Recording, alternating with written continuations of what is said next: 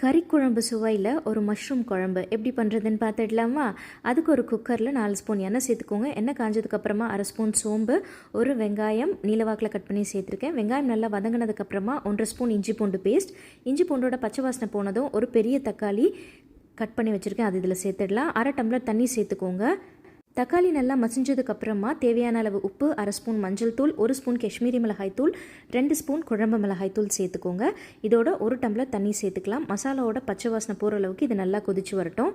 இதோட 1/2 ஸ்பூன் கரம் மசாலாவும் சேர்த்துக்கோங்க. மசாலாவோட பச்சை வாசனை போனதுக்கப்புறமா கட் பண்ணி வச்சுருக்கிற மஷ்ரூமை சேர்த்துடலாம். இதோட 4 ஸ்பூன் தேங்காய் துருவல், 6 முந்திரி, 1 ஸ்பூன் கசகசா, 1 ஸ்பூன் ஜீரகம் ஃபைன் பேஸ்ட்டாக அரைச்சி சேர்த்துக்கலாம். 1/2 டம்ளர் தண்ணி மட்டும் சேர்த்துக்கோங்க.